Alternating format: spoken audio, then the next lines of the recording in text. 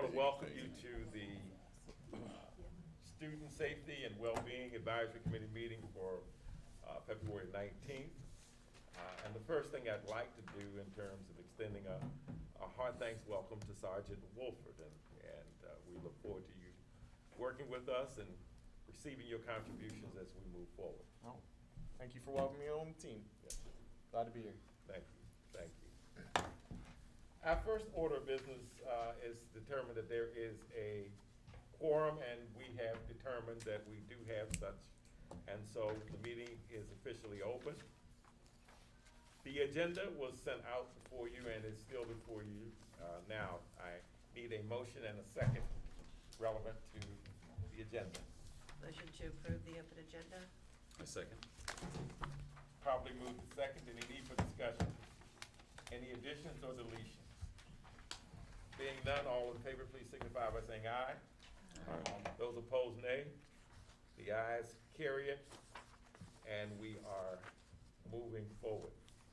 Let me just say that for the purpose of the general public, I want you to know that we are no longer producing written minutes to the meetings. They are now being posted online. Please check the appropriate sources. You'll find them both on the Calvert County government website and on our YouTube site. So please, if you're interested in those minutes, please refer to those sources. Also, as we move towards our new business, we have been pleased to start the functionality of our subcommittees, and so we are, as a part of our agendas going forward, monthly we will have reporting out by the subcommittees. And so we ask the committees in the order that they are listed to present their monthly report so that we may move forward. Okay, so first up, I am the lead for the Safe and Supportive Environment Committee. Caitlin and I met and were able to kind of run down through our look-fors, things that we deemed as a group that were important, things that we wanted to follow up on, Yes. data that we wanted to see, and then some challenges that we wanted to keep in mind as we were starting our work on that subcommittee. We came up with 5 different names or groups that we wanted to hear from. They're listed there for you as speakers. The justification for each is to the right. So the first one that we had was to hear from Cecilia Lewis, the Director of Student Services for Calvert County Public Schools. And we wanted to get some climate survey data, update on personnel when it comes to the mental health jobs that we have in the school system, things like psychologists, social workers, counselors, and behavioral specialists. We wanted to find out about the training they receive, as well as any external partnerships that CCPS has with the mental health support areas that we have and resources that we have here in the county or in the Tri-County area or even in the state.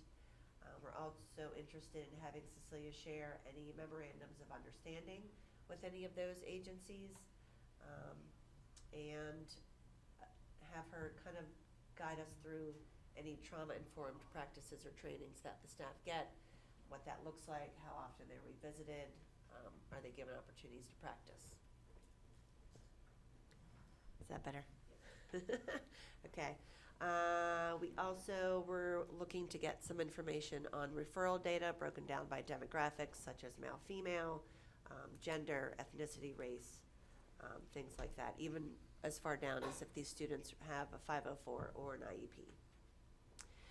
The next person we wanted to hear from was Suzanne McGowan and or Tiffany McFarland. These two help as supervisors of student services. I know Suzanne and I have spoken at least once or twice about the new panorama data. She gave me a briefing on that. We did a training, her and I together, just so I could understand what it was, not just for the purposes of my job in the school system, but for, more importantly, how we could use that data here on this committee. So just having her kind of give us an overview of what that data states as far as how the county students are feeling about themselves, feeling about their ability to manage stress, bounce back from a bad day, things like that. And even have it broken down by elementary, middle, and high school, so we can even get a deeper understanding of where the specific needs are according to those age groups. We'd also love to hear from Larry Titus. That's going to be to try to give us a list of the MOUs, the Memorandums of Understanding between the Sheriff's Department and Calvert County Public Schools, data from the Office of Civil Rights, the relationship between the safety advocates and the SROs, and data on the rate of students that are referred to the juvenile justice system, and the process that involves when a student gets arrested. What does that look like? What happens? What are next steps? And any of the outcomes that come along with that data. Also, the Calvert County Health Officer, Dr. Nympha Teneza-Mora. I'm hoping I'm not messing up her name too bad. Hopefully that was pretty close. I have yet to meet her, but to just get some idea from the health department that, and some data as well to show the supports that are currently in place and being offered for mental health support, information specifically from the Calvert Behavioral Health Authority, and data to show how those programs impact our Calvert County families, as well as maybe where there could be some gaps where we might need to reach out through some other sources to help fill in some of those spots. And then detention center staff to provide data that shows breakdown by age, race, gender, repeat offenders, and the juvenile recidivism data. Just not sure who would provide us with that information, so we just kind of put that out there as wanting to hear from the detention center as well.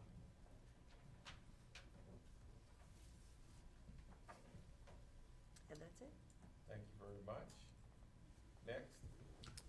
So for the support for CCPS staff and contractors, that's myself, Sergeant Hunt, and Jason. He's out right now, but we were able to meet and get a list of about 9 people that we wanted to speak to. Some of them you're going to see recurrently on this list because we need their impact and their voice from a couple of different areas. But from the people that we selected that we wanted to talk to, we really want to see what some of the family support and partnerships that we have. We wanted more information about community schools and a little bit of more input about alternative education, which that's also my role in my full-time position. So bringing in Brian Sammons and also maybe having Travis Mister step in too as a former all-ed supervisor. We also want the panorama data as far as it goes for training and the trainings that we do have. And I know that one's kind of important for me as a support staff is, do we need updated training? What training do we have that actually supports and that will help us support our staff and our students correctly? Are we updated on those kind of things? We want to also look into some de-escalation skills, mental health first aid, and then the climate and safety. So the people that we have selected, we want to get some of their input from those. We need that data to kind of help us then move forward in phase 2. So we're also going to sit down and come together of what questions we also have for those people as they're going to come and speak. And I believe Cecilia and maybe Suzanne are the first people that we have that are coming to speak next month.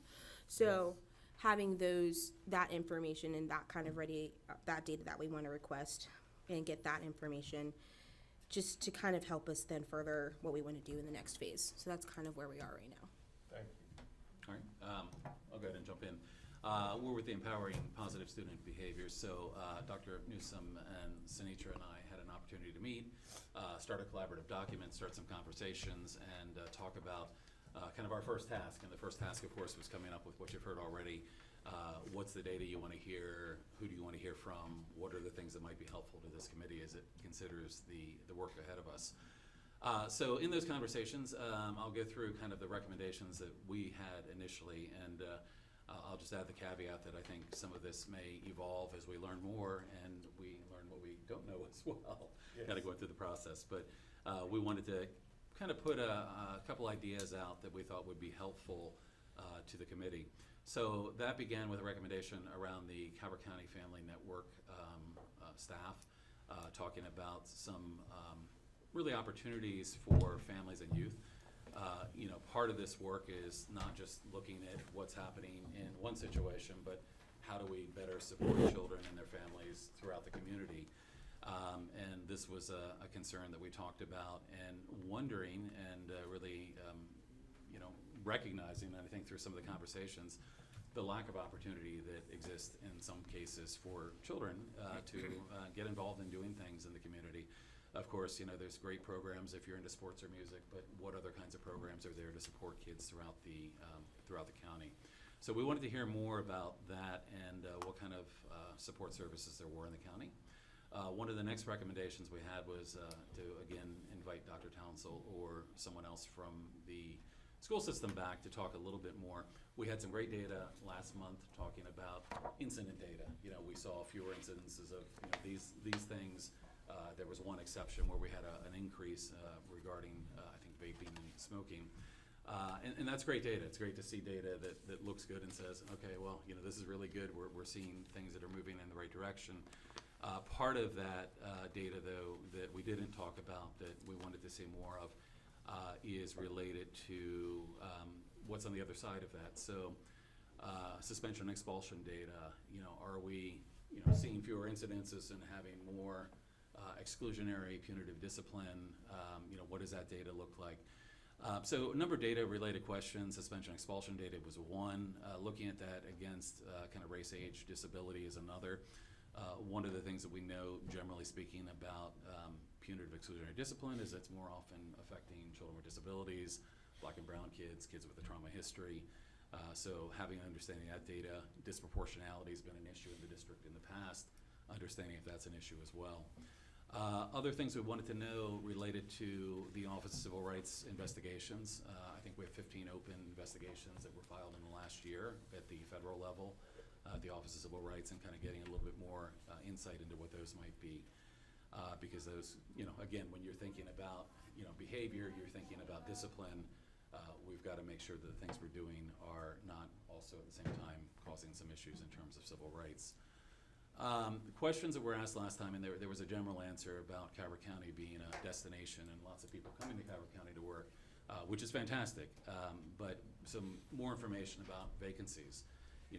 I've worked with a lot of school districts around the country that have a lot of vacancies when it comes to social workers, school psychologists, others that are really critical to the health and wellness of kids. So trying to get a better idea of, do we have vacancies across the system that are critical? And of course that can lead to discussions about what we can do to resolve that. Understanding staff that might be on provisional licensure as well. So we may be filling seats, but are we filling them with what we need? And of course getting some more input on current staff training opportunities, funding as well. This is always, I think, an important priority. One of the other things we wanted to hear about, and this is important, I think, for a lot of reasons. When I think about student behavior, I begin to think about what's happening upstream. So why do we have a child that's having a behavior that's not meeting our expectation, or that might be causing disruption, or whatever it may be? And what we often find is that kind of beneath behavior, there's a lot. There's trauma, there's individual differences, there's experiences that folks have. And one of the things that has been helpful to me in the work that I do is kind of understanding the effect of trauma. 20 years ago, we had a study called the ACEs study, the Adverse Childhood Experiences Study. That study looked long-term at the impact of trauma, not only on social interactions, but health and long-term outcomes as well. And we know that kids that have high ACEs scores or have a lot of adverse childhood experiences are more likely to end up on the other side of punitive and exclusionary discipline, more likely to kind of move down a school to prison pipeline as well. So being aware of the impact of trauma. So we thought it would be really helpful. I actually just got back from Atlanta for 2 days. I was at an event called the Creating Trauma Sensitive Schools Conference, and it's all about kind of trauma-informed approaches and how to better support not only students, but teachers and staff as well. Having that understanding of trauma, how trauma impacts behavior, how trauma impacts the brain and development is really critical. So we thought it'd be helpful to have somebody come in, and I asked a colleague of mine to consider doing that from the Attachment Trauma Network, which is a national expert in this area. School to prison pipeline, this is something that, one of the things that we know from looking at data is a lot of kids that are more apt to be on the other side of, suspension, expulsion, corporal punishment. In some states, not thankfully here in Maryland, many of those children are far more likely when they begin having, contact with law enforcement to kind of go from a situation where they're going from school to juvenile justice and ultimately to criminal justice. The data there is concerning. You look at who's affected, again, it's often kids with disabilities, Black and brown children, kids with a trauma history. So I think being aware of kind of what the school to prison pipeline is and ways that we can disrupt it. What are things that we can do to meet our behavioral needs and expectations while at the same time supporting children, families, and moving forward. Leonard Webb is with the Maryland Juvenile Services Education Board, someone that I've had the opportunity to collaborate with as well. He's somebody we'd like to have come in. He's an expert on the school to prison pipeline and kind of talk about things that have been done at the state level, but also think about what we should be aware of here as we think about kind of behavior, discipline, and other things along that line. The other one we had on the list here is Dr. David Hornbeck, who was a one-time superintendent at the state level. And David, since retiring, has not lost his passion for doing work around helping and supporting children and families. He's been very involved with trying to bring restorative practices into schools. Here in Maryland, he runs something called Restore Maryland, which is trying to lead a lot of advocacy work around what are the alternatives to a lot of the punitive exclusionary discipline that we have a lot of data around that show that they often are not working for us. So he's somebody else we thought would be helpful to hear from. And then we had another list of, there's all these potential organizations that we could bring in, the Maryland Coalition for Families, the Parent Training Center here in the state. We have what's called Parents Place of Maryland. There are a lot of other rich resources. So those are the things that we started out with here. Thank you. Our next committee, modern facilities. Just been diving into the last several years' budgets. I also pulled our data in that the fund grants that we do, and the county has been taking advantage of the grants, so that's a good sign. In the data on the budgets, I've got two individuals we need to meet with, Larry Titus, and then a individual last name of Warner, who is handling things here in the county, to see where in their budgets. There's one line item for school safety, but like in a lot of other jurisdictions, everything is lumped in different places. So we'll work toward that. Okay, and that's going to be critical for us, because it's one of the things that we're asking our subcommittees to do is to identify gaps. And we know in the case of support personnel in that area that there are standards, state-established standards, and we also recognize that there's a gap between where our system is and where we like to be. And so as we look at those budgets, hopefully we can identify that gap and then start making recommendations about how that gap narrows and eventually closes. Okay. Yes. So we have the family and community engagement, we call it FACE. And our members are Denise Dickerson, myself. Brandon Temple was the lead, and he had to resign because of some conflicts with his job. But we're really pleased to have Jennifer Moreland to join us in that group.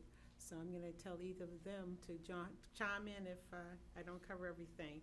We met and we identified the speakers that we would like to hear, programs and data that we would like to see.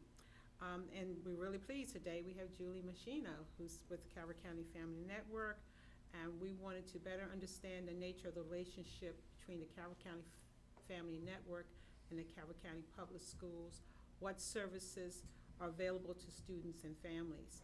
And then we would like to see an assessment of gaps in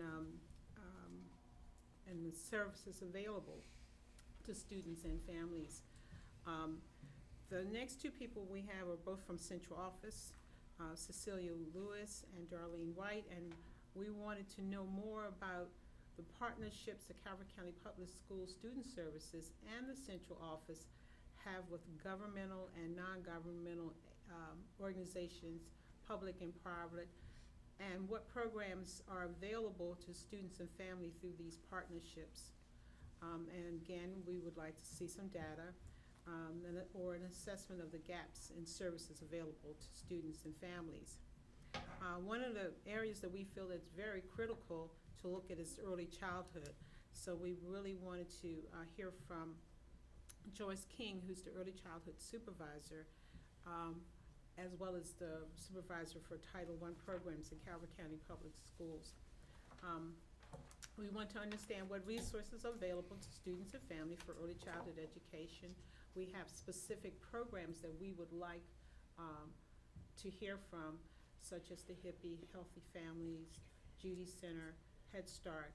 And then we'd like to see any data that they may have showing that their programs are making a difference with children before they come to school. Anything else, ladies? I want to thank each of you for your efforts and the work that your committee is putting forward. You will note that Ms. Lewis appears on 3 of the subcommittee, 3 out of the 5. And so we are not going to ask her to appear 3 times, but rather, prayerfully, we will have her here next month, and we will be able to go into that information. But as we go forward, I want you to be mindful of a couple of things. First of all, we are developing our community survey, and we'd like each of the subcommittees at your next meeting to come up with at least 3 student safety, well-being questions that like to be considered for the survey. We'd like for you to submit those and send them in to us by the 26th so that we can begin the process of putting those things together and being ready to go forward with that survey at the appropriate time. Would that be as a subcommittee, we need to come up with 3 or Yes. 3 individually? Okay. Yeah, each.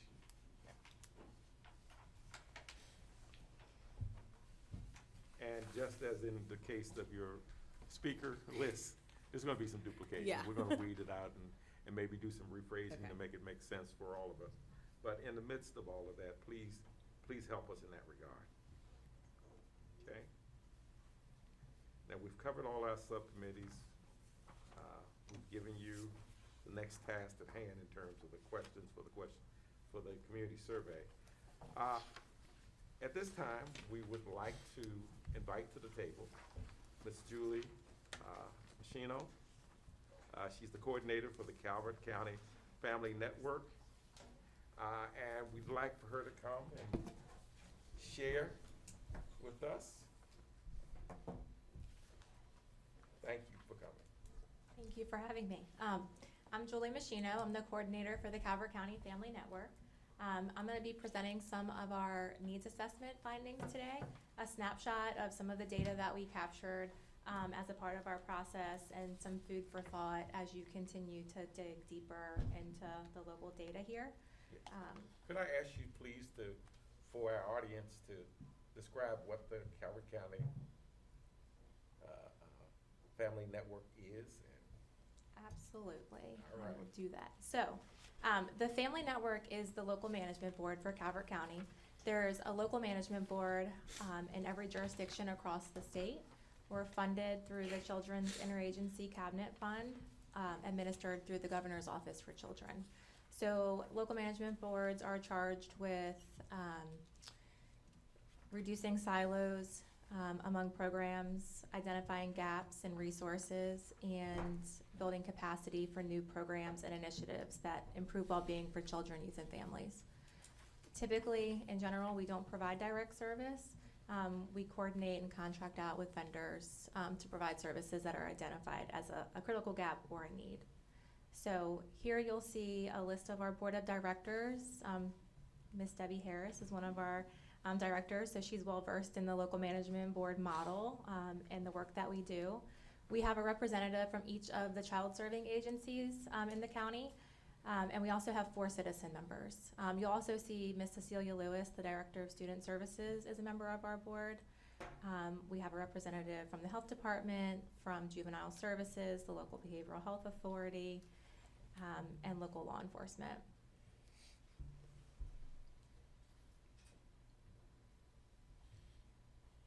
So what do local management boards do? So we serve as a neutral convener of child serving agencies. Our board of directors comes together to review data, to look at programs, to coordinate services, and to address gaps. So we do that by conducting a comprehensive needs assessment every 3 to 5 years and a community plan based off of those results. So we use a results-based accountability framework, which looks at how much we're doing, how well we're doing it, and if anyone is better off. We receive an allocation every year from the state, so our board influences the allocation of that resource and determines how that money will be spent. We do provide training and technical assistance for local partners. We host workshops based off of the needs that we're seeing. We've hosted trainings before for school staff. We've provided funding in the past. Just as an example, several years ago, when the public schools was working to get the Handle with Care model up and running to fidelity, we secured funding from the Governor's Office of Crime Prevention to purchase a user license for all staff to use the Cognito trauma-informed classroom simulation model. It was an online training that all staff did as a part of their in-service training that year. So that's just one example of how we help to bring in resources, allocate them based on the needs that we're seeing, and help to build capacity for programs across the community. So I'm going to start with an overview of our needs assessment. Our assessment was done in 2 pieces. So we have a qualitative data component, and we have quantitative and qualitative data that I'll be presenting. So what you see here is a summary of who we heard from during our qualitative data collection process. So we hosted a community survey, key informant interviews, and focus groups. So as a result of our survey, we had 102 people respond. You can see the breakdown there of who responded. People were able to select more than one type. You know, if they work in the county and they're also a parent, they may have selected both of those options.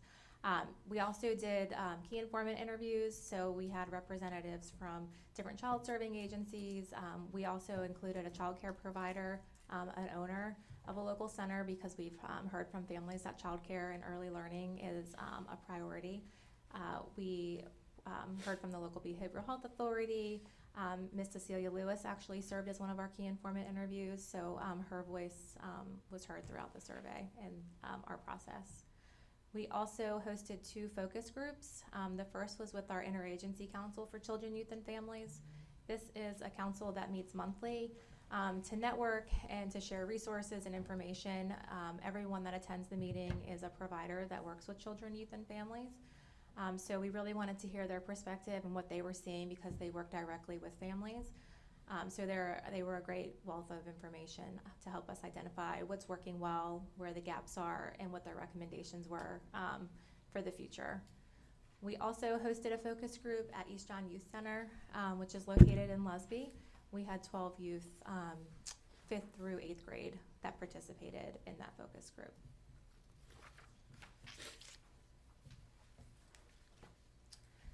So this is a summary slide of the type of community that our participants would like to live in. So you'll see the bold, all the phrases in bold were where there was consensus. We heard these as common themes from all respondents. So the things that really stand out here are safe, secure, and supported. People want to live in a community where they feel respected, where they're valued, access to resources, and where there's opportunity. Our survey asked what the top 4 challenges were that were facing children, youth, and families in the community. I've highlighted here the top 4, the first being affordable housing, followed by school safety, childcare, and behavioral health.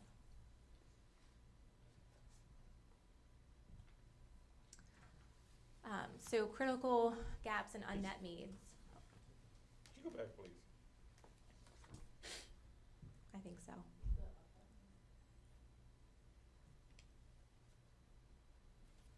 So it's behavioral health number 2 or number 4?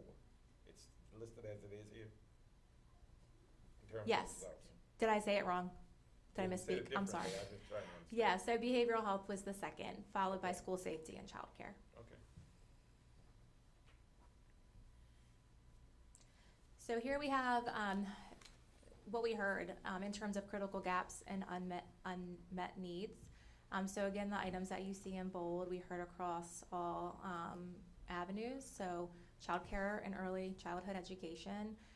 There's a concern that children are coming to school not ready to learn, and the importance of high quality childcare and access to early childhood programming. There was a lot of conversation around youth activities and public transportation, having pro-social activities for kids to participate in. There was a lot of conversation around healthcare in terms of mental health and behavioral health. Conversation around access for families that have private health insurance, TRICARE in particular. It's often difficult to find providers. Community awareness and involvement, trying to figure out ways to engage the community and access the resources that we do have. School safety, and then of course support for parents. Affordable housing and transportation, that comes up on our needs assessment time and time again. Food security, and then youth services, programs again for kids and families to access.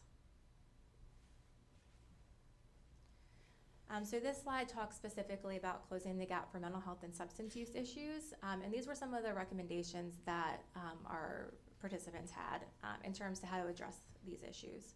So increasing outreach and awareness, trying to promote the programs that we do have, because sometimes we see programs leave due to lack of utilization.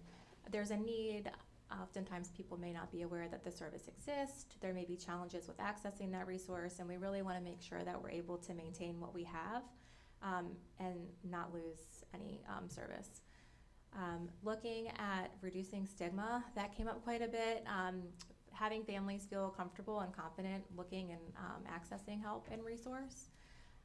Collaboration across agencies, so making sure that people are working together in their programs, not duplicating, and knowing what's available. So if a family goes to one resource, another is able to make a referral to help get that family what they need. We also talked a lot about recruiting specialized services. Oftentimes families have to travel outside of the county for specialized services, so having something more local would certainly be ideal. And improving accessibility to services.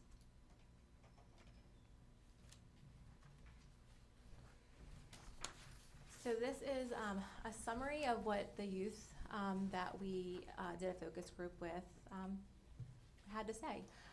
It was a great group of kids, and they were very forthcoming and very happy to provide input. They liked being asked what they thought and being able to be a part of this process. So if, the $1 million question, if you could have the ideal school climate, what would that look like for you? So we had a lot of feedback about teachers being nicer and more knowledgeable. Fair treatment and consistent rule enforcement. So this is something that we heard quite a bit. The kids felt like there were different rules maybe for different students. Things were enforced differently in different classrooms or across different schools or even across different grade levels. And they felt like that was unfair. In some instances, they felt like they didn't know what to expect. The consequences were not clear. So concerns about that enforcement also followed through with the dress code and feeling like that was enforced differently for different students in different situations. The desire for equal treatment, regardless of mental or behavioral health issues. Students often felt stigmatized or like they had been labeled and that they carried that label with them throughout their school career. So additional community improvements, these are things that the kids felt like our community needed, and they were very insightful. So they talked about addressing racism, affordable housing. They too would like more recreational opportunities for themselves and their friends. They like to be outside. They would like to have communities with sidewalks and bike lanes because transportation is an issue. Maybe being able to get to their friend's house or to a community center on their own. Anti-bullying measures, they felt like bullying was an issue in person in school and virtually. They talked about needing more affordable housing. Some of them talked about their own family struggles with securing housing, maintaining housing, and just being aware that their family was struggling financially. They had that insight. So they were a great group to learn from.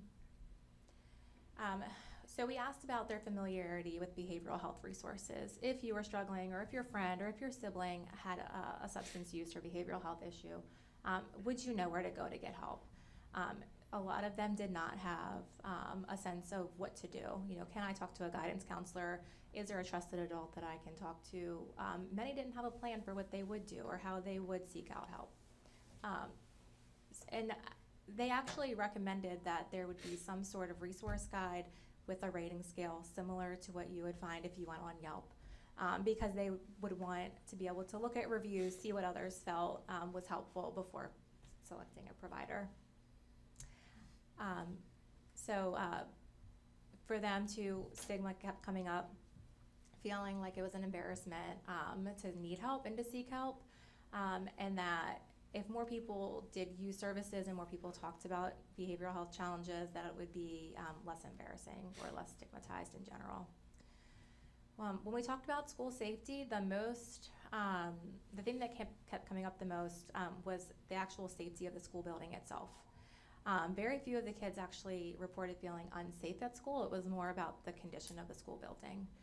Concerns with water damage, mold, smelling, mildewy, just not being a clean, bright environment.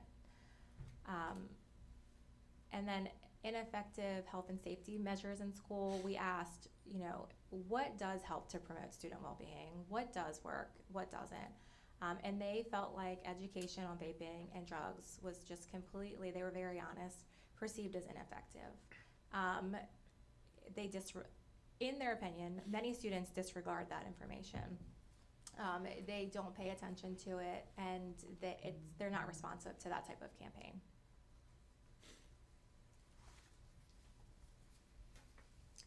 So that's a summary of our qualitative data.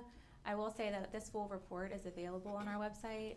It's 150 pages, so there's a lot that I left out that may be useful to the group. So I'll make sure that Emily has the link to the full report, so if you'd like more information or would like to read through the entire report, it's available to you. So the second half of our assessment was based on data indicators that fall under Maryland's 8 results for child well-being. So for years, these are the indicators that local management boards have been charged with addressing. So babies born healthy, healthy children, children entering school ready to learn, children being successful in school, completing school, and then having opportunities for employment or career readiness, looking at economic stability within families, and ensuring that communities are safe for children, youth, and families. So the data points that you'll see throughout the full assessment circle back to these headline measures. So for the purpose of today's presentation, most of what I'll be presenting is about healthy children, school readiness, and safe communities. So the first data points we have here are for the percent of students reporting a depressive episode for both middle school and high school. So this information comes from the Youth Risk Behavior Survey. So you can see this measure shows, and this is a self-report survey. This is a survey that students are administered and they fill out and complete themselves. It's self-report. The percentage of students who felt sad or hopeless almost every day for more than 2 weeks in a row, so much so that they stopped doing some usual activities, and that is ever in the last 12 months before the survey. So within the year prior to this survey, you're looking at the percent of students that experienced a depressive episode. Just for context for the number, so when you look at middle school, there were 342 students that reported experiencing a depressive episode and 686 high school students. Out of the total census, that means what? 34% for middle school and 33% for high school. Okay. And that's out of who took it. So it looked like to me, based on the questions throughout, about 2,000 students for high school and maybe about 1,000 or so for middle school. And students can choose to skip questions too, so there are some that don't have as many responses as others. So in general, females were more likely to report a depressive episode than males, and students that identify as Hispanic and Latino or multiracial experience higher rates of depressive episodes.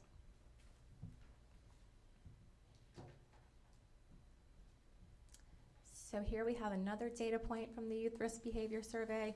This shows the percent of students in high school who seriously considered suicide in the last 12 months prior to the survey.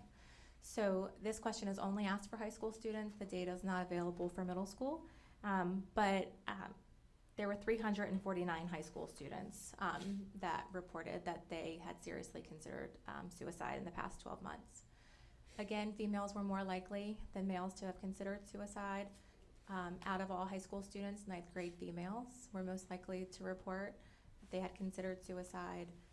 And then again, multiracial students and students that identify as Hispanic or Latino had a higher rate. Quick question, and you may have covered this. Is this national data, state data? This is Calvert County. Calvert County, okay. Yes, excuse Okay, me, just- I okay, should have. okay, just- Thank you okay, for thanks. asking. Yep. Yeah, so it's administered across all jurisdictions in the state, so you can go on and compare our rates to others, neighboring Gotcha. jurisdictions, And but this is. administered by the public school system. So it's done through the CDC, if I remember correctly, but it is administered locally by the public schools. So it's done in school. And it's survey, it's not every student at middle and high school, they So actually. it's done as some random format. So they contract with an agency to come out and do the surveys in the buildings, so, we provide them, lists of classes, they randomly select the classes that will be surveyed, and then the contract, company comes out and administers to those students.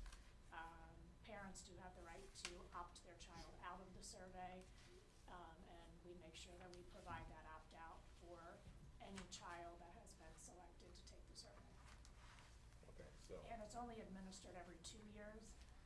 It's administered in even years, although coming out of COVID, we did administer it 2 years back to back. So this was just, the kids were surveyed in the fall of '24, and they won't be surveyed again until '26. all right, and this data is from when? The data point that I just shared about the 349 students is 2022 to 2023. All right, so it's not the most recent data. Okay, and so, that I make sure I understand the answer. Administered at the school, it's an activity from the Center for Disease Control. Correct. And it is performed by an outside research group that has access to students, and parents can opt in and opt out. So Maryland law actually only requires an opt-out. Okay. So if we don't get the opt-out, the student participates if they're present. It is through the Maryland Department of Health, and they jointly work with the contracted agency to actually Okay. give the surveys. All right. And this is the most recent data that's available. It was just published in June of 2024.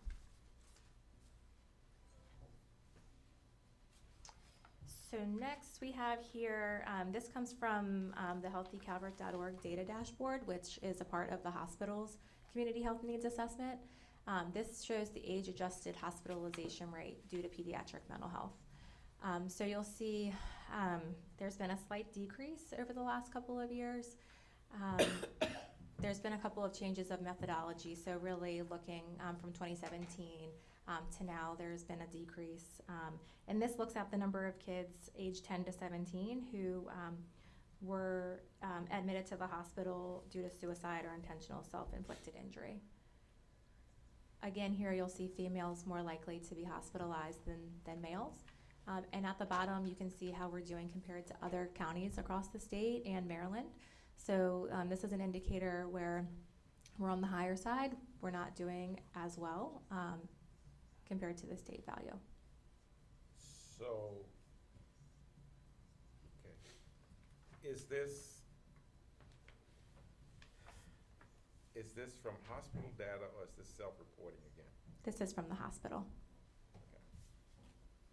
Yeah, this is actually, I believe it is the Maryland Health Service Cost Review Commission is the data source. And it pulls and feeds into the hospital's data dashboard.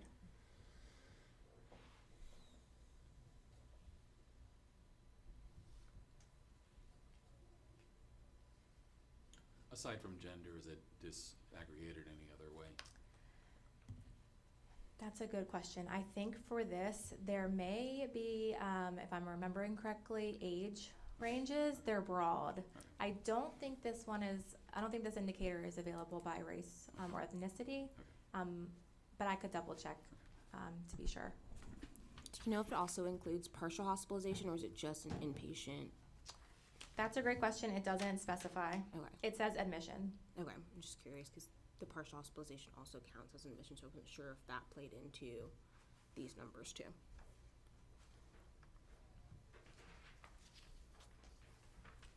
So the next slide is similar in that it comes from the hospital's data dashboard, and this is the hospitalization rate due to adolescent suicide and intentional self-inflicted injuries. Oh, you know what, I misspoke. I think I had my pages separate. So excuse me, let me go back just to be clear. I fast-forwarded in my slides, but not up here. So the age-adjusted hospitalization rate due to pediatric mental health, shows the hospitalization rate due to mental health for kids 18 and under. So youth that are hospitalized for treatment for anxiety disorders, mood disorders, personality disorders are captured in this data. The next slide. This slide shows the average annual age-adjusted hospitalization rate due to suicide and self-inflicted injuries. So again, females more likely to be hospitalized due to self-inflicted injury. And in both of these cases, Calvert County was above the state average, is that correct? Correct.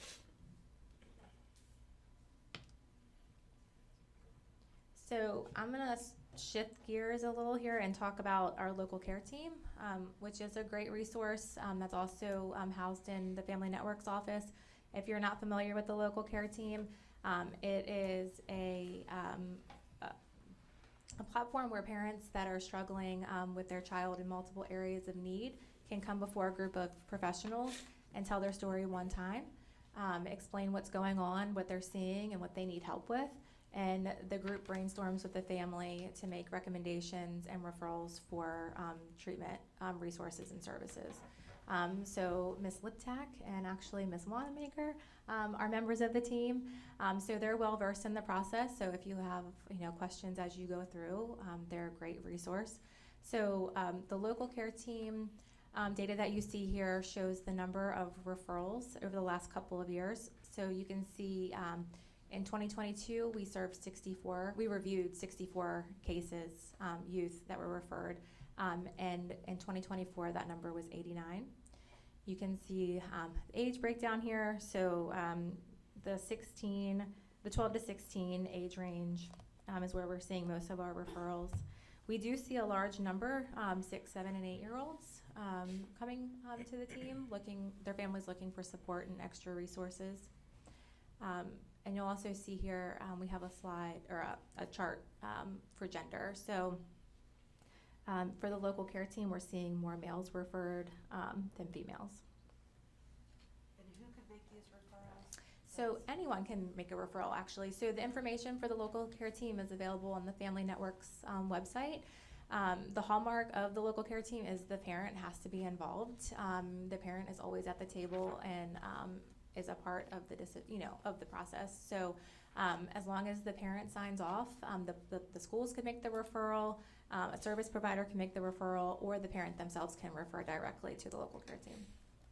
Okay, now, so that we're clear, there's no relationship between the prior slide and the care team referral, you can go for more than suicide or self-inflicted injury. Oh, for the local care team, yes, we are shifting gears. So this is for families that are looking for support for their kids for an array of different issues. All right, so, okay, I'm, okay. And the next slide might give a little more insight into that. So, for example, we track data for the state. These are the items that the state is looking for to see what the needs are at the local level. So this chart shows the youth's history by referral. So most of the time, when a student or a family is coming before the local care team, they are struggling in multiple areas of need. So it could be behavior, it could be resources for developmental disability, it could be needing resources, financial, housing. The family oftentimes is in crisis and really looking for help. Our goal is to get on the front side of that and see more families before they reach that point, to be more of a prevention resource, to get families connected earlier versus when they're in crisis. So that's the goal. And we're getting there. We're seeing more and more families coming through that are not in crisis, that are, more on the prevention, early intervention side. So, but here you'll see a breakdown of some of the reasons why children were being referred.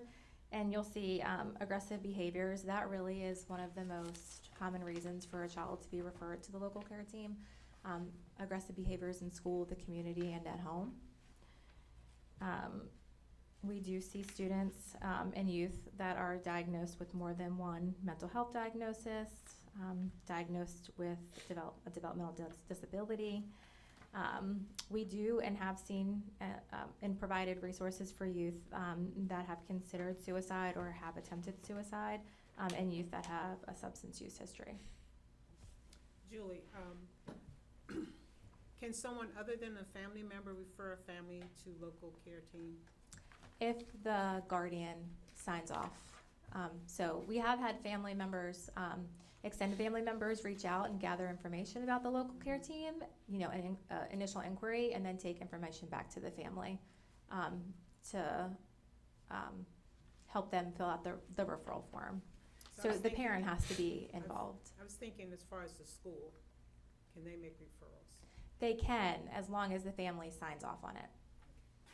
And you service children up to 21. 21. Mm-hmm. I think that's an important question, because one of the realities of this process in this that we are faced with is that a lot of this is family choice and family engagement and family knowledge of the availability of services. Because when I look at these numbers and the percentages and I compare adverse behavior responses from some aspects of this survey, trying to find out where the correlating factors are, it's difficult to follow, but the one consistent factor in this is that much of what needs to take place here is driven by family. Yes, and we do work really closely with the family because, as you can imagine, coming before a group of professionals to share really personal and intimate details of your life could be very intimidating and uncomfortable. So we're fortunate to have a really great team that works alongside the family and prepares the family for the meeting so that they do feel comfortable and supported. And we always reiterate to the family that they are a part of the team, that these are recommendations. This is a resource. We are here as a resource for you. And I think that helps. But it certainly can be intimidating. And when we talk about stigma, feeling comfortable, if the public schools or if this agency makes a referral and then they hear everything that I have to share, how's that going to impact my family? There's some fear, I think, too, with coming to a table like this. It takes courage. Can I ask a quick follow-up? And maybe you won't have an answer to this, but I'll ask it anyway. some of the kids that need help the most are in situations where they may not have the family support, engagement, and willingness to come to the table. Are there other resources within what you do that can help children in that situation, or are there other agencies that might overlap with that work that might be able to help children in that situation? That's a great question. I don't have the answer to that Okay. right now. Okay. But I can consider, I can Sure, get back sure. to you on Okay. that. Okay. What is your outreach approach for families? So we have a local care team coordinator. So the Family Network right now is a staff of 2. It's me and Arian Odom. Arian's the coordinator for this team. So I do know Arian does a lot of outreach at the beginning of the school year. If I remember correctly, and Molly, you can correct me if I'm wrong, she presents to all of the people personnel workers and school counselors at the beginning of the year as a part of in-service. She will present to anybody that is willing to hear about the local care team. She does reach out multiple times a year to look for opportunities to present. She's presented to school counselors, social workers, school psychologists, PPWs, Who? secretaries, etc. I appreciate that aspect. I'm talking about who reaches out to families. What percentage of Calvert County families have children under the age of 17? That's a great question. I don't have that in front of me. Okay, and how does a family with dependent children get to know that these services even exist? Well, we rely on our partners and the people that are at the table, that are local care team members, to really promote the local care team. We do some promotion. I mean, we promote on social media in that type of venue. Arian does attend most of the back to school nights, and we put flyers and brochures out and in resource packets for families. But we do rely heavily on our partners. I can say from the school setting, each school has a student services team that meets regularly to discuss students that are struggling in one area or another. And those teams are very familiar with the local care team and will offer that as a resource to families a lot. A majority of the referrals come from the public schools.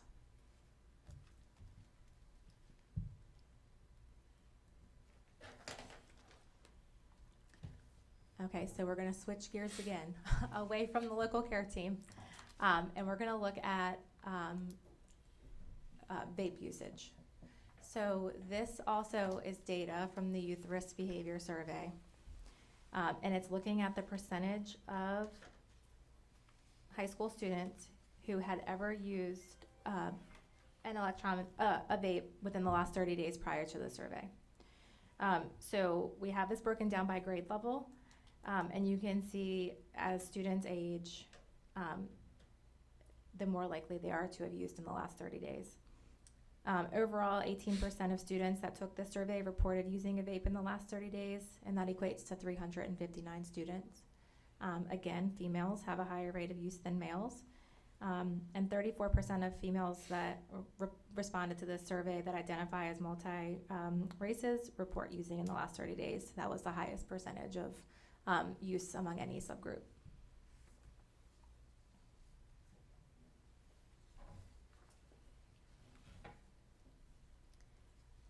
This slide shows the percentage of students who used marijuana one or more times during the past 30 days before the survey. Again, for high school, you'll see a similar trend. As students age, the rate of use increases. Overall, 15% of students in 2023 reported using marijuana in the past 30 days, and that equates to 304 students. This data is also available by gender, race, ethnicity, and age group.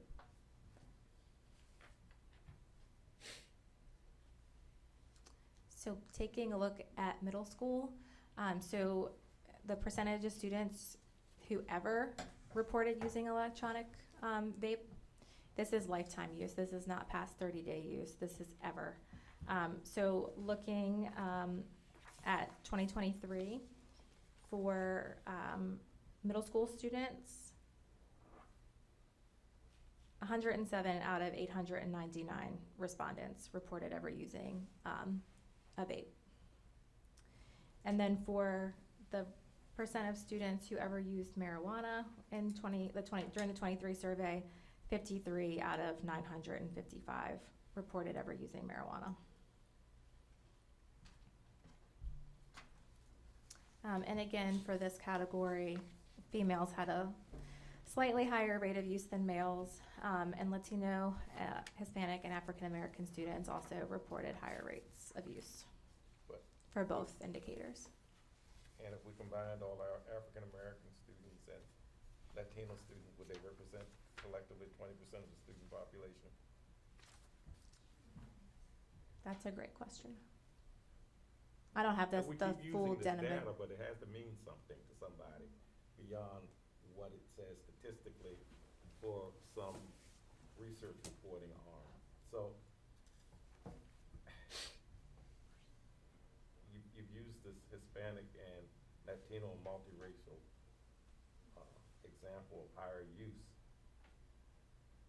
at least 6 times. And so I'm trying to figure out, when I look at the census, what does that mean for our school system?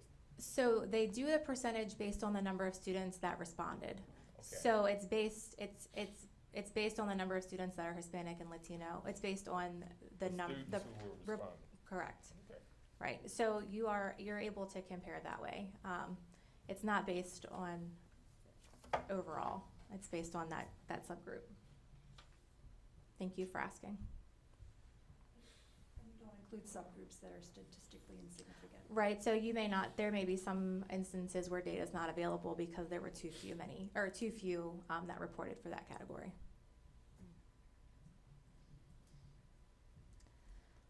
Okay, and so moving on just to the last couple of slides that I have here for you. Looking at safe communities. So I know this committee has had some conversation around juvenile services, and while I'm certainly not the expert, I'm happy to present what I have available as a part of our needs assessment. What you see here is data from the Juvenile Services Report for 2023. This is the number of intake complaints. So in FY 2023, there were 294 intake complaints reported for our county.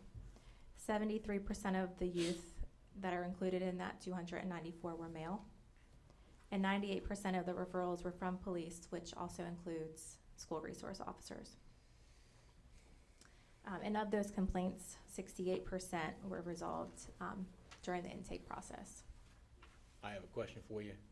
On that second bullet point, where in their report is that shown? Can you, I have it with me. I'll get it from you It's later. back there, yeah.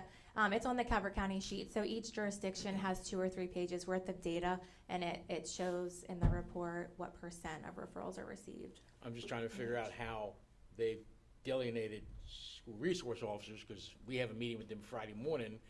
Their records management system has no way of or capturing that. So that's why I'm trying to find where in their report it's saying that. Yeah, so it has a little asterisk right by it. Okay. So I'm happy to catch up show it with to you. you. Thank you. Sure. Was there race data there as well? That's a great question. I don't have that on here, but I have the entire report if you'd like to Okay, see yeah, it. race, disability, anything along that line would be interesting to know. Yes, it's broken down by different demographics and by age, so that it's available in the full report. This may be of interest to the group. So this is the type of offense for 2023. So this was included in that data report, and I apologize, the color is a little off. But the most common reason for a referral to DJS last year was for possession of marijuana, 31%. Referrals were for possession of marijuana, followed by a misdemeanor assault, 21%, and then followed about 9% for malicious destruction.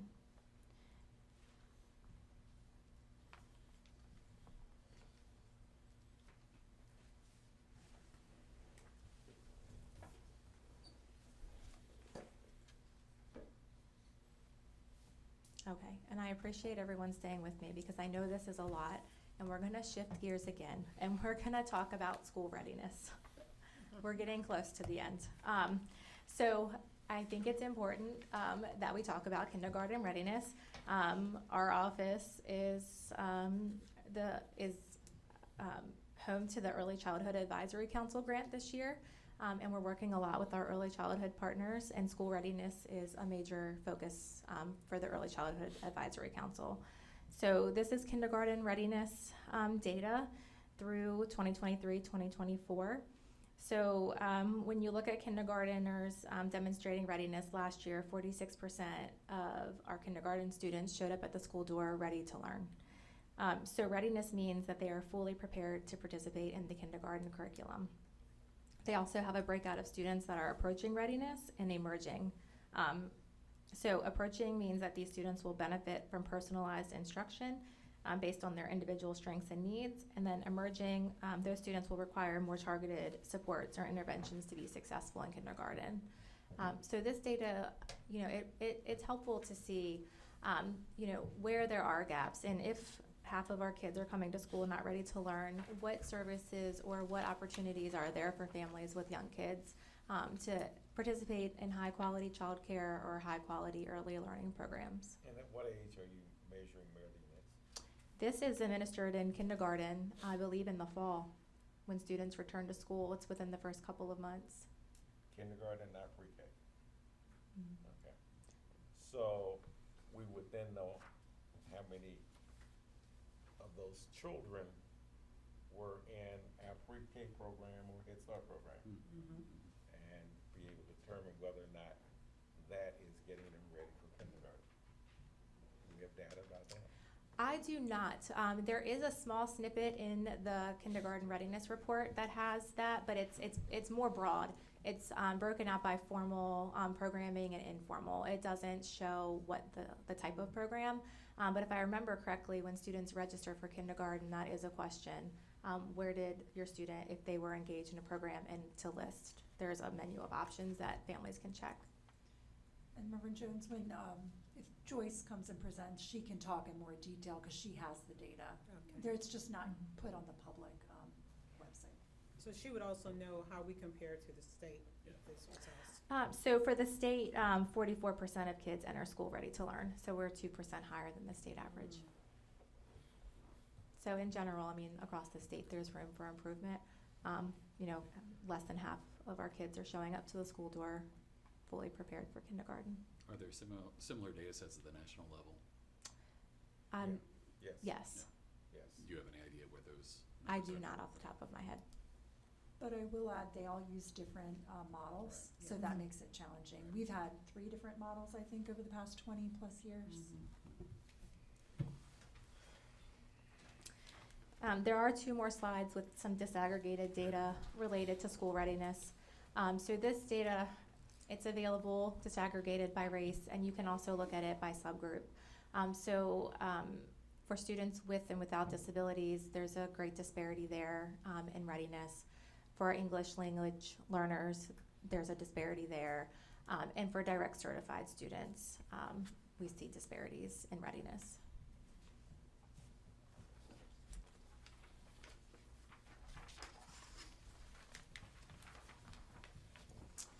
So school success, this indicator shows data for truancy and absenteeism. So for the percentage of students in all grades absent more than 20 days.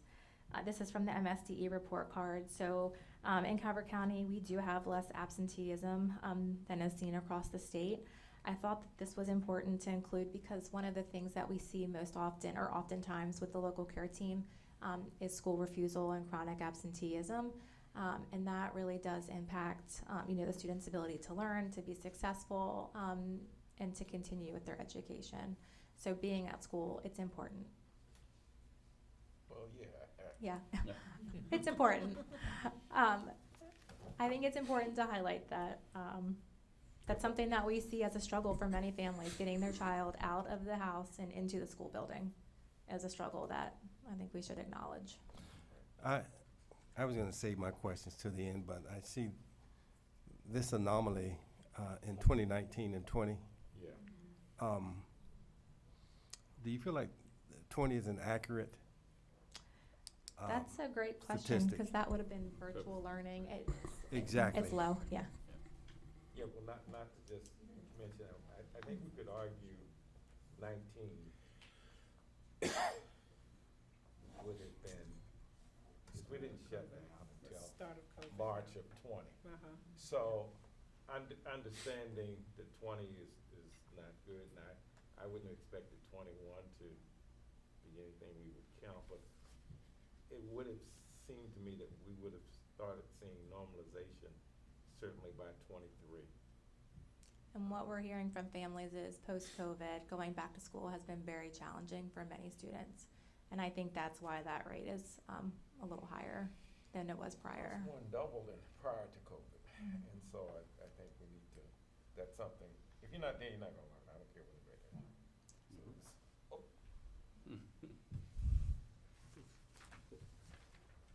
We also have school attendance here by subgroup. I just want to recognize the challenges that some of our students face just getting to school. So our students that are experiencing homelessness have a much lower rate of school attendance than other students.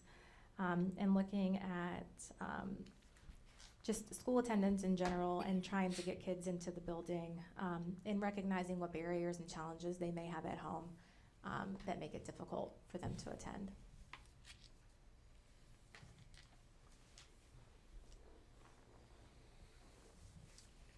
So the governor's office for years has been tracking data on disconnected youth. If you're not familiar with that term, it's a term that's used to describe youth ages 16 to 24 that are not working and not in school. So transitional age, that 16 to 24, early adulthood. So we've been pretty consistent with that number, around 850 or so for years. Really trying to figure out how to keep kids engaged and how to prepare them for future opportunities.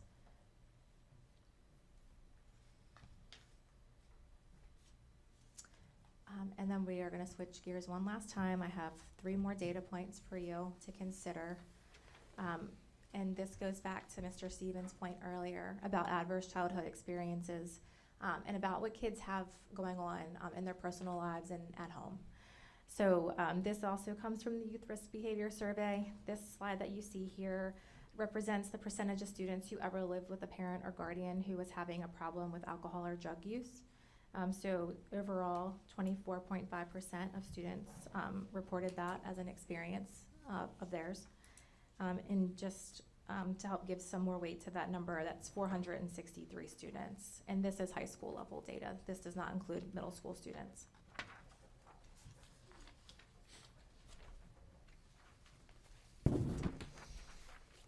We also have data for the percentage of students who ever lived with a parent or guardian who had severe depression, anxiety, or other mental illness or was suicidal.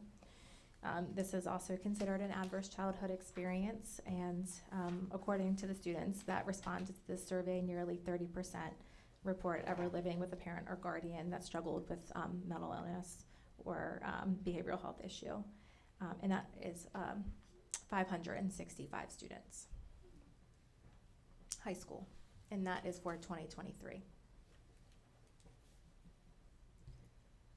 And then the last data point that I have for you is the percentage of students who have ever been separated from a parent or guardian because the parent or guardian went to jail, prison, or a detention center.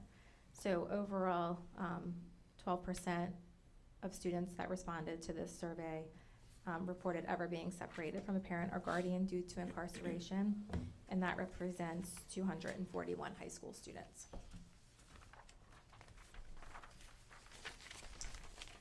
So that is the end of the slides, the data that I have for you. I recognize that was a lot, and there's a lot of information, but there's also a lot more. So I'm happy to answer any questions that you have. And again, I'll share the full report with Emily so that it's available to you if you'd like to look at the other information that we have. Reverend Jones, you indicated some interest in what the census was by race. So right now in Calvert, 8.6% are Hispanic. So the total census is 15,179. 8.6% are Hispanic. 13.8% are African American, and 10.4% are multiple race. So if you add those three categories together, like you had suggested, it's 13.8%. It's what percent? 32.8. I'm not looking, 32.8%. I was writing it down like I don't think I was that's just right. testing you. Yeah, yeah. You passed. Yeah, You're paying attention. Okay, I'm just trying. I just have two questions. One, you threw out a couple of the surveys. Homelessness was listed, and right now I'm interim for the McKinney-Vento position right now. But do you guys, in previous years, have someone who was part of that team? Because as long as they're identified, which sometimes gets missed, and in working with that, I've realized that it does get missed. Those students do get missed. But do you guys have someone that can kind of fill in that gap? Because at attendance, through the act, they get transportation. So as long as we know that they are McKinney-Vento or experiencing homelessness, they have that transportation. So I was just curious if you guys have someone who was doing that, is doing that. Providing services to students that are Well, experiencing just homelessness? having that connection to whoever, like to the McKinney-Vento liaison. Yes, Okay. yes, and in fact, that's something that we were partnering with the McKinney-Vento program on our summer youth employment program to prioritize youth that were participating in the McKinney-Vento program to have a slot in that program for the summer. And also, I know Arian's worked very closely with the McKinney-Vento program in the past, and there have been instances where she's actually gone to Project Echo to interview families and to help them complete the referral process. Perfect. Dr. And then, Newsom, you said you had some questions? Thank you. I just have a couple of questions. Getting back to the student, obviously student voice is critically important to diagnosing the patient. Was this a focus group or was it an advisory group that meets more than once? It was a focus group. It was a one-time meeting. Okay. Does the county government or the school system, to your knowledge, have an ongoing youth advisory group? Not that I'm aware of. And that's something that's actually been identified as a potential, as a gap in our needs assessment and as a part of our community plan, looking at initiatives for the coming years. I know that there are several boards where there's a youth member, but I'm not aware of a general advisory board. There is one at the state level, the Maryland Youth Advisory Council, that's overseen by the Governor's Office for Children, but I'm not aware of anything local. Thank you. Sometimes with grant-funded programs, they will require that they have a youth advisory board. We've seen that be the case. I think Tri-County Youth Services Bureau, over the years when we've funded different programs, they may have had that as a requirement. Thank you. Sure. And I have one final question. Regarding that survey, was there any way to obtain information for families or students who receive counseling or therapy independently of the school district?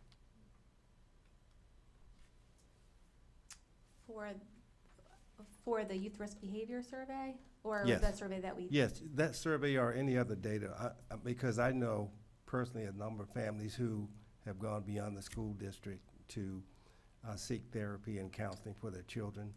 That's a great question. I mean, for the youth risk behavior survey, that's all done through the public schools. The local behavioral health authority may have more information on where families are accessing services. I don't have that information. Okay. Finally, I just want to thank you for a very thorough presentation. Thank you. Ms. Flagger, did I cut you off? you're fine. I just wanted to know if you knew when the 2024 data for a couple, because a lot of them cut off at 2023. So just curious if we knew when that data gets released. Well, the YRBS that I just presented to you was released in June. Okay. So there is a lag. Okay. Okay. My questions are just a little, I know I stopped you 2 or 3 times and so, but so what? You've given me all of this. Is there an action plan that follows this? For Does us? it matter to anybody? Does somebody take this data and reprioritize spending? Does anything happen differently? I'm so glad you asked that question because our board has spent a lot of time and effort figuring out what's next and what to do with this information. So after this needs assessment process ended over the summer, we moved straight into a strategic planning process. And our board's actually voting next week on our 3-year strategic plan. And we do have categories identified to allocate funding towards. But you're a two-person staff That's right. responding to, first, a grant from the state that says whatever, okay? So, whatever they think is important for local management boards to do, that's the first thing, pecking order in your life. But if this is supposed to be a Calvert County community survey, which definitely needs to have more than 1/10 for 1% for responses to be considered legitimate, we need to be looking at ways, A, that we increase input to this database so that we get a bigger look at totally how this county is looking at these issues. Secondly, we need to make sure that from this, if there's no more than 3 priorities that are Calvert related and all the partners are on board with, that there's an established process that we're gonna drive towards some outcomes. Because right now, as I look at this and I go through and I think about it and say, okay, and that relates to this and who's responsible for that and who fixes this, you know. So I'm trying to understand, now that we have this thorough presentation, what does it mean and to whom? Well, our needs assessment certainly serves as a resource to our partners and to anyone that is developing programming or responding to grant applications. I know that it's meant to be a resource for the community. So what others choose to do with it, you know, I hope that it's used by more than just our office and our board, and I think it is. But I think it just speaks to the volume of the need here and the need for partnership. And so if this group can take the work that was done in this report and use it to inform your strategies, then that's what, you know, it's done what it was meant to do. It's to help, it's a resource. It's compiling everything in one place so that partners don't need to go through and do all this digging themselves. I get that, and I'm gonna get off of this in a second. I'm not answering your question. I don't. I understand that. I'm just trying to make a point of there is a limited amount that you can do with the staff that you have, the resources that you have. What I would hope that we would be able to talk about, because we do spend significant resources aside from your office on what are the priorities as a result of a community survey like this, and how do we track our progress in achieving whatever things that we target that we need to achieve. That's it. I'm not, you know, it's not this, and I say that having said that nearly 25 years ago, I was on the first local management board, so the evolution and what that means for partnerships here certainly should mean something else by now. Can I ask a related follow-up, and maybe it's related, maybe it's not. Have the Board of County Commissioners had a presentation similar to this, and does this factor into what they may look at in terms of priorities and needs and budget for, you know, because again, the need here, if there's a need that's articulated, but not someone that's able to do something about it? That's a great question. This particular assessment has not yet been presented to the county commissioners. In 2020, when that assessment was completed, I did give a presentation. In terms of allocation of resources, I think that may be a question best answered by Jennifer with how that process works. So you're the lucky group that gets to see this at the very beginning. It's not done, the strategic planning process isn't done. They contract with a vendor who's been working on that for, you know, the past year with different groups to get additional insights. So I think that was part of what maybe Reverend Jones was asking about what that looks like. And then we take that to groups over the years. I know I was formerly in Julie's role and would present to the the the Community Health Roundtable, or, a number of different, like, community groups that requested it. I've done, I was on a housing task force, I did the same thing. I think I did like 10 different group presentations after that, and that's kind of what our role is getting the word out to the community. And the commissioners are a part of that as well, so I'm sure that's planned. As she said, she did it in 2020. To the extent that these are very broad areas that it's covering, I think the group, they'll take into consideration her recommendations, and, they do give to what we call non-county agencies. So it may factor into their prioritization of who they support in the community. They may say, well, here's a gap, are we supporting this kind of initiative? We've had different groups come forward over the years and request to get support so that they could provide a needed service through that non-county agency funding process. So in looking at what may have happened in 2020, did the presentation of that data and the identification of a strategic plan and priorities lead to recognized needs that were funded to help meet some of those gaps at the county level? Usually they're funded at the state level with county match. Gotcha. So we could, there have been times where we've matched the cost for staffing to support different goals. But by and large, it's mostly grant funding that office goes after, not as much county funding. I understand how the office works. And my concern is that as we move forward with the work that we're charged with, what we come away with and what we learn has to be incorporated in some meaningful strategy that has teeth for somebody to do something. If not, somebody will come along 5 years from now and have another committee and another group, and they'll look at the same things over and over again. So as an example with this issue, presentation, has the elected school board received this presentation? No, this is the first presentation that I've given to any group Okay, so. with this particular assessment. But in 2020, did they receive it? The school board, no. See, I think that what I'm trying to get to is that this, when we talk about families and children, we're talking about a communal issue that needs to be embraced, and an understanding that we need a unified approach to whatever it is we're going to address. I know the newspapers are wonderful sources for information, and folks say, well, look at this problem because it's in the paper.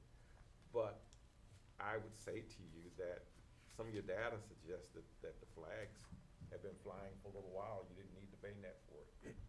And so perhaps we need to be thinking about how we adjust this. And I appreciate what you've done and what you've given us. Don't take my responses to mean that I'm looking negatively upon what the work that you've done. Absolutely just the opposite. My issue is, so what? Now that we know this, what's the next step? What does it mean for anybody? And I realize that I need to ask that question to other folks. So I like now what instead of so what. Yeah. There needs to be something. Yeah. What are we gonna do with it? Right. Yeah. Right. Yeah. Okay. All right, well, thank you all for your time. I appreciate it. Thank you for Thank you coming. very much. Thank you.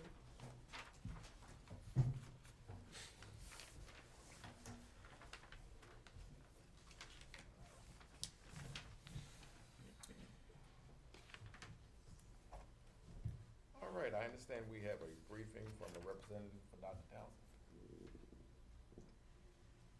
Good afternoon. My name is Molly Wanamaker. I'm one of the supervisors in student services for Calvert County Public Schools, and was asked to provide some brief information, I think, this afternoon regarding the Maryland Consortium. As I'm looking and hearing today about different questions, it seems like many members of the department where I work will be asked to be presenting for you over the course of your work. And so I'm wondering how limited in scope you would like me to be today, given all of the different other questions that will be asked. I'm going to suggest that maybe I share what I have about the consortium, and we can kind of see if you want to just stop there, because I think student services covers many of the areas that you're looking at. I agree with you, this is fine. So what is available in the packet is the Maryland Consortium information. I don't know if that's up on the screen as well. No, okay. The Maryland Consortium is provided through the Maryland legislation and is attached to the Blueprint for Maryland's Future. And it basically allocated $111 million to expand access to comprehensive behavioral services for children in school, or pre-K through high school. So the people that were interested submitted information. The school system was tasked with reviewing those proposals and supporting the different proposals so that the state then could decide what services they would fund through this consortium. Through that process, there were 7 organizations that were awarded grant money to support students' access to behavioral health through the Blueprint. And so on the document that you have, it lists the 7 organizations that were provided grant funds to provide services in Calvert County, and I can just generally go over those 7. I will say that these are the ones that were accepted for this current school year, 24-25. The application is open already for the 25-26 school year. And so we are in the process of reviewing those and providing letters of support for the new applications that will be awarded for the 25-26 school year. The health department, they were awarded one of the grants, and they have been providing mental health support in our schools for many, many years. I would say at least a decade. And so they assign a mental health therapist to each of our schools who are available to provide therapy during the school day.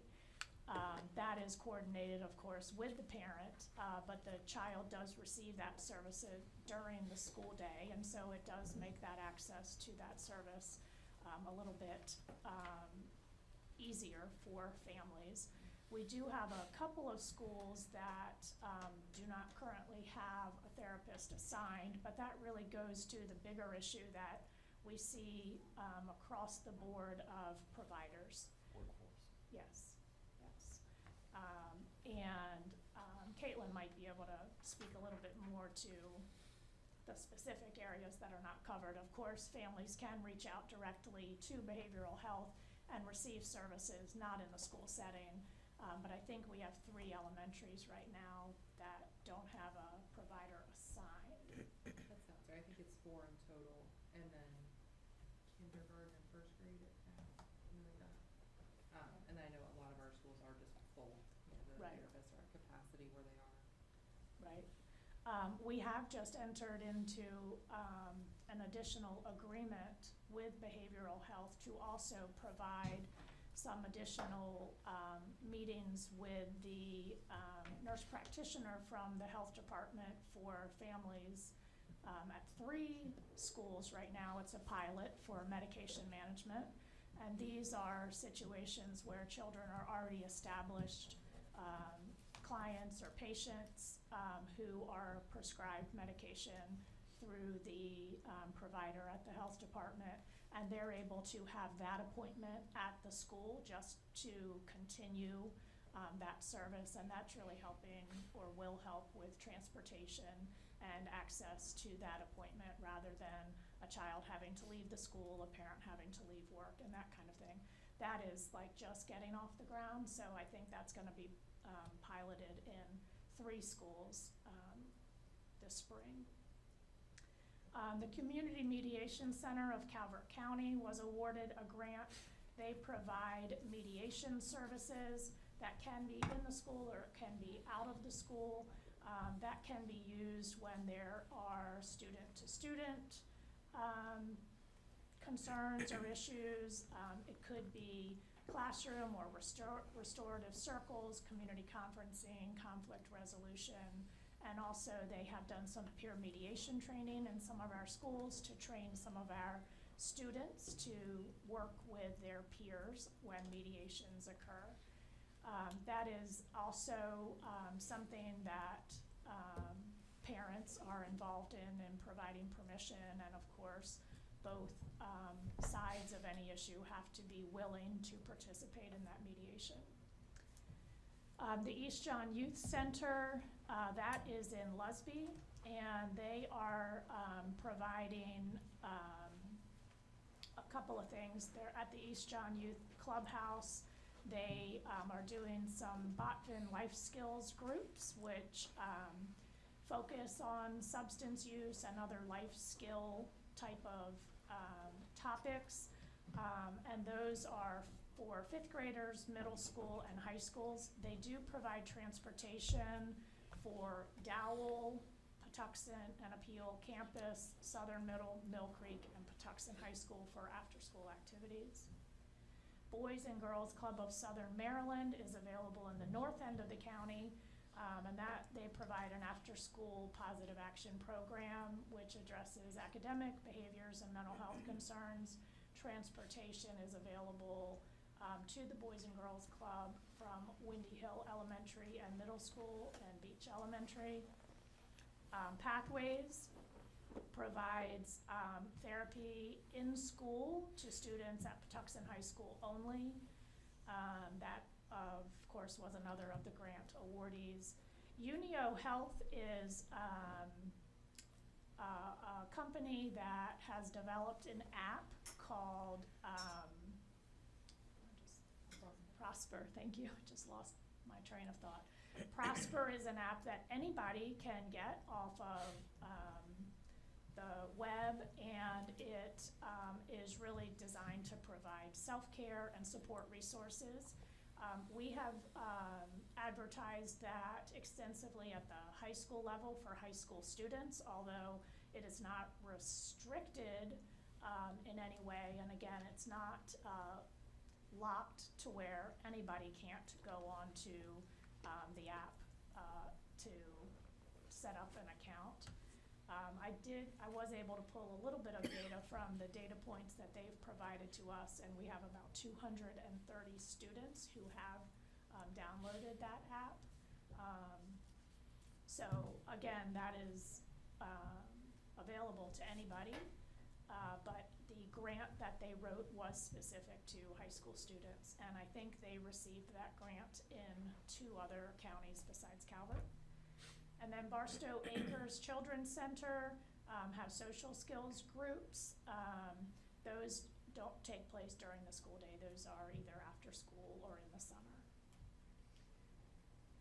So those are the 7 grantees. I do have a couple of notes that I sort of gathered. So for the so a couple of things. The 25-26 school year, a couple of additional groups that applied for the grant. There is a company called Hazel Health, which provides telehealth services. They have applied for a grant. Cornerstone has applied for IHIP services, which is in-home services for families, and Youth Empowerment Foundation has also applied to provide mentorship programs for students and parents. Those are just what was shared with me in terms of applications. We won't know the outcome of who receives the grants until sometime later this spring or summer. And then, I guess the other thing I just wanted to mention, some other agencies that we partner with regularly, Chesapeake Hospice, which provides grief counseling outside of the school day, and when they are staffed with an adolescent therapist, they do work with our schools to provide small groups in the schools, and those are, they provide that along with a mental health professional in the school setting. Of course, Julie talked a lot about the local care team, which we work very closely with. Multi-D is run through the Department of Social Services. CASA, the Calvert Alliance Against Substance Abuse, partners with the school system extensively to provide the project graduation funding for our seniors on the night that they graduate from high school, to provide a safe, drug and alcohol-free space for seniors. And they also work with schools to do mock crashes. They do a lot of other things with the school system. Of course, we partner with a lot of the local agencies for health fairs, lunch and learns, tobacco roadshow, those kinds of things. There's another company that we have been working with called Charlie Health. They provide virtual therapy. It's just a resource that we provide the information to families, but that is virtual, so students can do it in the afternoon or evening from their home, but it does allow access to therapy that is, sometimes there's a long wait for therapy, and so Charlie Health generally has immediate availability. Parks and- Parents have to pay for that. Yes, or through insurance. Is it Charlie Health? Charlie Telehealth. Charlie Telehealth. Charlie Telehealth, or Charlie Health is the name of the company. And then the Maryland Coalition of Families, I think Julie spoke to as well. They provide support to students and parents. And so those were just some of the other agencies that I thought would be helpful to share that work in partnership with the school system. This is very helpful to me, and I'm sure to my colleagues. But can I just ask you a couple of questions, and I'm sure someone else will have one. All right, as I understand what you said, the $111 million is statewide, it's not what comes here, Correct. okay? How much comes here? I don't know the total. I can find that out for you. All right, so, we don't know the total that comes here. All right, now, evidently, there's at least something in this process that requires that these folks come to the public schools and get a letter of support. Correct. Okay. And so if there's a review process and you say, yes, this will work for us, or whatever, or the schools say, okay. This consortium, is it ever convened? The consortium is at the state level. Okay, It's so not is there a local. Calvert consortium? No, not that I'm aware of. All right, so there's no convening of these folks? Not that I'm familiar with in the county, no. So, if you're talking about oversight over these programs, there's a grant out for the hub that will be the essentially monitoring these programs on behalf of our county. So they're kind of like, they will be the oversight organization. They kind of went about this different. They funded the programs first, and then the hub grant is coming out secondary. If you're talking about and so I'm imagining part of that hub will be bringing these programs together. I will say the majority of these programs are part of the Interagency Council for Children and Families and do already convene together. Okay, let me ask it a different way. Is this a myriad of projects, or is this a system?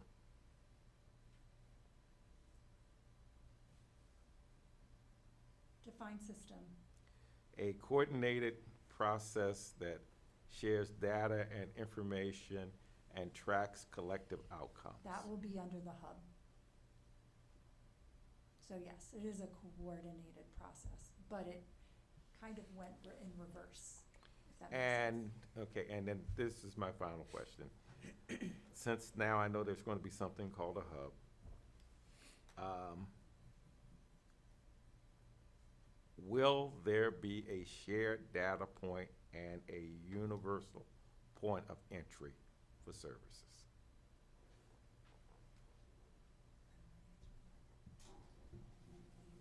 I don't know the answer. I can certainly find out. I do, my understanding is that the LBHA has applied to be the hub. And so if awarded that, What's the then LBJ? they would be collecting the data. The local behavioral health authority for Calvert County. And they do provide a number of grants already for youth serving providers in Calvert County. So they're familiar with this work and have a data review assessment process for those grants. Denise might be able to comment on some of that as well, like with regards to how that might look for them. I think what you're asking is, are these individual projects all coordinated in tandem with one another, or are they separate projects? And to speak to that, each of the proposals is independent of one another, so they're not working together coordinated. The LBHA would simply serve as a body to essentially oversee them so that they're not overlapping or duplicating services. So there's not one single point of entry. It's essentially just to ensure that not all of the entities are duplicating the same service. Does that clarify things? Yeah, I know, it may be, it may be that, I understand what you said to me. I'm just trying to think systematically how does this become a resource that's available and understood from a larger community perspective and not a series of projects, that's all.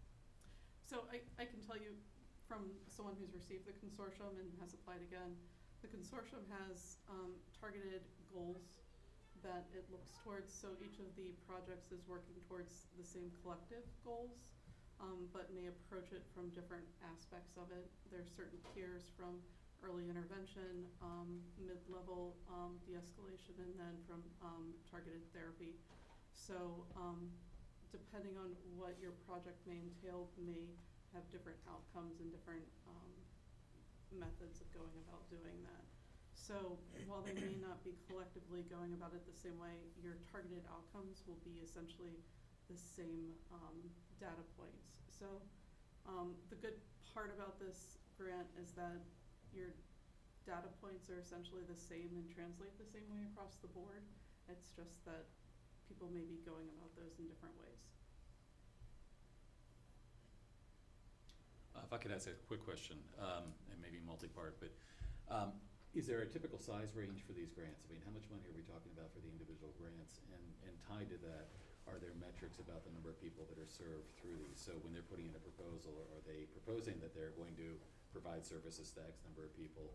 And what does that look like collectively? So I can certainly ask. I don't review. Okay. I'm not the person in the office that reviews these grants to know the answer to that, but I can certainly ask those questions. I don't know if anybody here is a grant recipient and could. Do we know the size that Calvert County gets out of the larger pot? I don't. Okay. And in terms of, and this might have been hit a minute ago, but in terms of kind of measures for success, what kind of metrics are being measured to determine, whether or not once someone has taken one of these grants, if they've done what they've said they're going to do? Yeah, that's something I can certainly take back and get an answer back to the group. Okay. Could we also get a copy of the complete group, the list of collaborators with this? I know you gave us this one, but then you talked to us about some other ones. So the paper that was provided are the grant recipients. The other groups that I talked about are just generally agencies within the county that we work with. Yeah, that's what I'd like to see.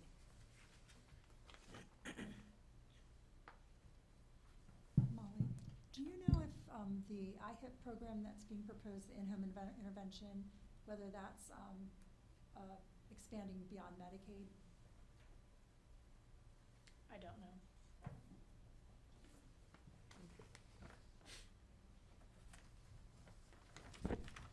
Well, thank you for your presentation. We are always in the business of collecting information, or I should say, collecting data, and preferably through analysis, we'll get some information. Thank you for having me. I'm sorry I didn't have answers to a lot of the questions, but I can certainly get those from those that work directly with the grant and get that back to you. Both of you had a first-time opportunity to come to this group, and I think you did wonderful jobs. I appreciate you coming, because essentially, we're in the fishing business right now. And as we go along, sometimes we have to cast our nets in different directions. Any other questions before we move? All right. We've reached the point in our agenda where we have public comment, and we have 2 minutes for individuals, and if you identify with a group, you get 5 minutes. Any person for community comment? Yes. And for those who are on Zoom, we're starting with those in the room first. So if you're on Zoom, we will get to you for public comment in a moment. Thank you. So I am going to read a letter from an organization and representing CASA as an organization, but for the first moment, I would like to say something privately on my own behalf, and that from Mrs. Julie Machino, thank you so much for your presentation. I did notice that the years of the highest suicide rates on your, one of your up above was affiliated with local churches in the community that had been participating in conversion therapy here in our community at that time. I wonder, I would like to know more, or be curious as a community member, about the LGBT students who were being affected by many of these suicide rates, and farther detailed about that. My personal comment was about the knowledge is power, and I appreciate everything that you each do. With the current climate and funding of cut policies in our community, please continue to learn more about the kids and the families, because private health, as you noticed, is private health, and that does not necessarily get reported to the hospitals or to the Department of Health. So a lot of these kids who are in private health care or private psychological counseling are not being registered as getting the services that they are needing. The second thing that I did want to say, this is just an FYI for you, that I know as a public, out on social media, we're seeing that, and this does affect the students. The students' families are feeling threatened by the LINK, which is the children's lunch program, where the parents pay for the lunch. Their fees were being directly reported to Republican Central Committee and donated to them. The reason I bring this up is because these parents are writing on social media that they're concerned in their homes what's going on. Does not necessarily mean that it's affecting you in this committee, but it is affecting you as knowing what's happening to the children, what's happening with their student lunch monies. If kids or their parents are feeling directly like it might have been personal, that their funds, their lunch money for their children was not being appropriately handled, it does make parents feel like they're being targeted and they need to remove their lunch money, and that kids are not getting fed that way. So that's why I asked that. That does not mean that that is correct or true, but I am asking you to check that out. Let me go to the letter, please. And this is from CASA, and this is... And CASA stands for what? Sorry, forgive me. Let me take a breath. CASA is my... Okay.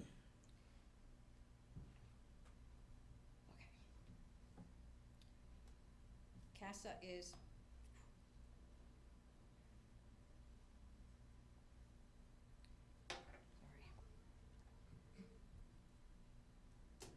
CASA, an organization dedicated to defending, CASA is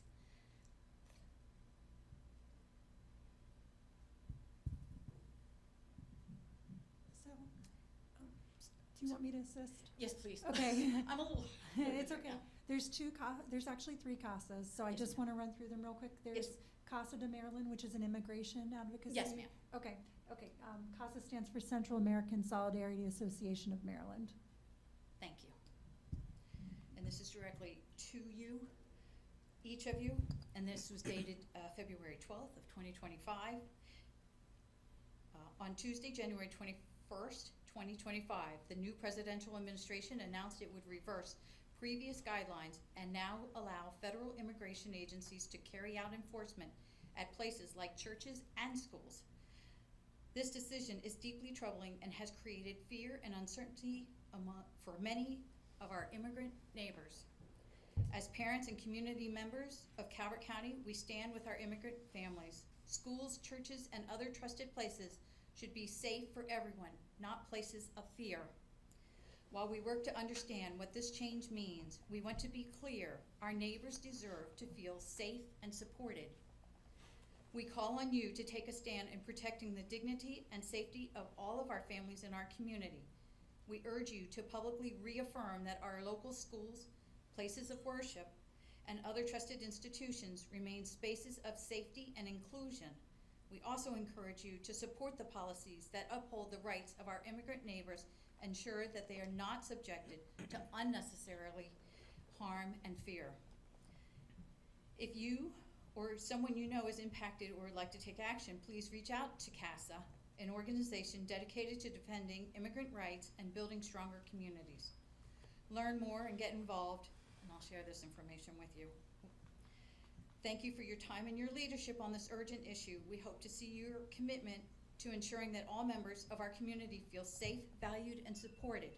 Sincerely, Calvert County Parents for Practical Solutions, PRISM, Peaceful Resistance in Southern Maryland, Young Democrats of Calvert County, FTP, Feed the People, Free the People, Calvert County Democrat Women's Club, Calvert County Democratic Party, Middleham and St. Peter's Parish Episcopal Church, Lusby, the Calvert County Peace Project, CEA, Calvert Education Association, Executive Board, Patuxent Friends Meeting, the Southern Maryland Democratic Socialist of America, Alliance Against Seclusion and Restraint, AASR, the Big Conversation Steering Committee, and I have 2 other churches also affiliated with this all.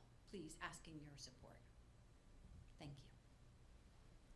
Thank you for your presentation. Do we have another? Lisa Grenis, and I'm on the Board of Education.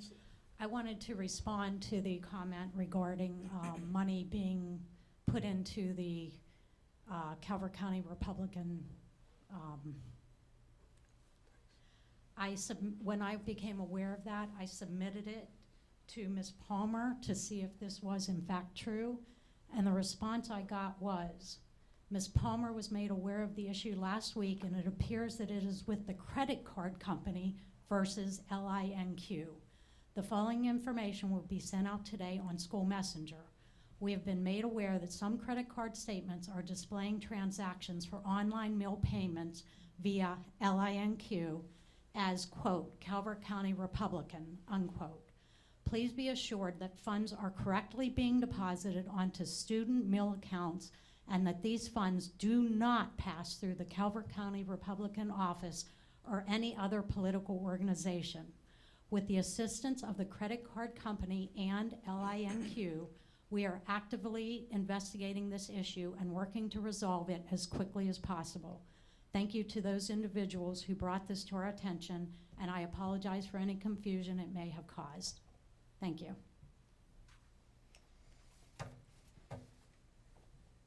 Emily, do we have other public comments? If you're joining us on Zoom and wish to leave public comment, please use the raise your hand function now.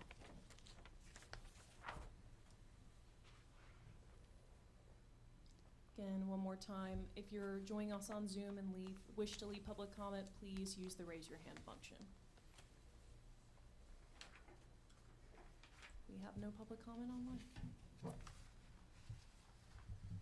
Let me thank each of you for your participation today, and I thank the members of our audience who have come and shared public comments.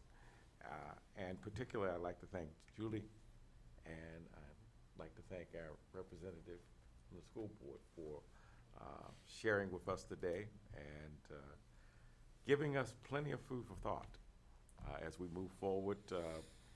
Your colleagues in the community are going to be doing the same, and I agree we got to figure out just who we get from the school system, because we've got a lot of requests going that way. So let's move forward with that. If there isn't any other order of business, I'll entertain a motion for adjournment. Motion to adjourn. Second. Properly moved and seconded. All those in favor, please signify by saying aye. Aye. The ayes have it. Our next meeting is March 19th. Thank you.